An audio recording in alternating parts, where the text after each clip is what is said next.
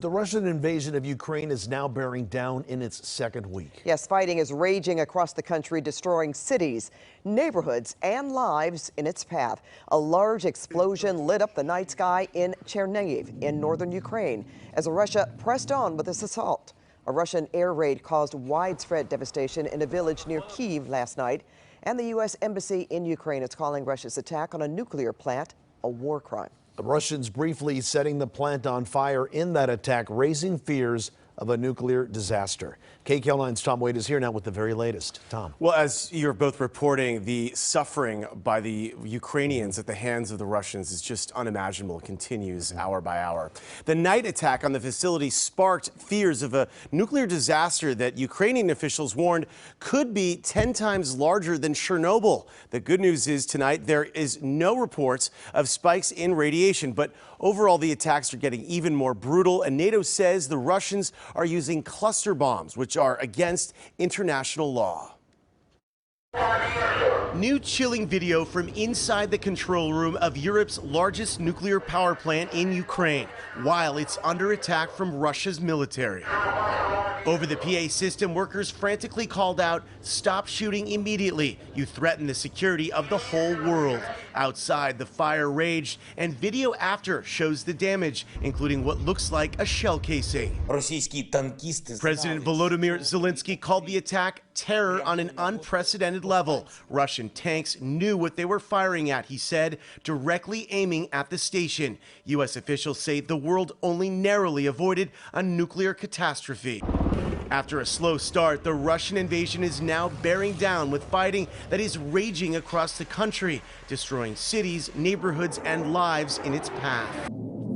A massive explosion late Friday night in Chernihiv, north of the capital Kyiv, and residential areas were leveled after days of Russian shelling.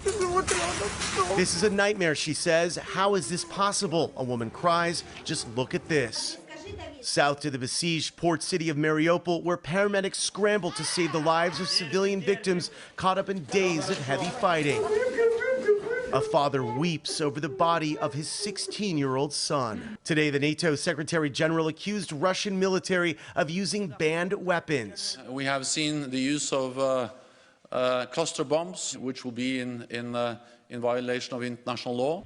Aid groups from Southern California are on the ground in Ukraine trying to help. The situation inside Ukraine is incredibly dire. Margaret Traub is with the International Medical Corps based in LA. They have a team of medical professionals like doctors, nurses, psychiatrists, all on the ground trying to help. I think the random and indiscriminate bombings that people are seeing, where our own staff in Ukraine, we had about 30 staff in Ukraine before the hostilities broke out. And so these are people who are Ukrainian. These are people who are doing this work, but also have their own families to worry about. And they are on the move. And it's hard for us to be in touch with them. Communications are down.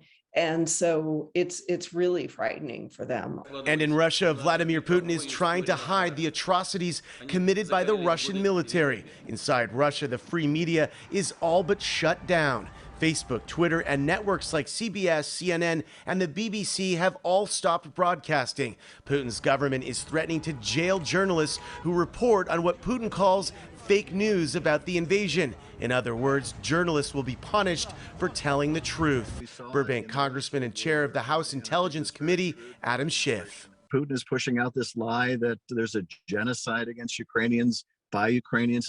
It's absurd. And I think it shows why Putin is trying to shut down independent journalism in Russia. He doesn't want his people to learn the truth, but I think they are learning the truth. And they're certainly going to feel the economic impacts of Putin's folly. And the Russian military is even targeting journalists. A Sky News crew was ambushed outside of Kyiv. Dozens of bullets tore through their car. Their correspondent was hit but survived. Pat, back to you.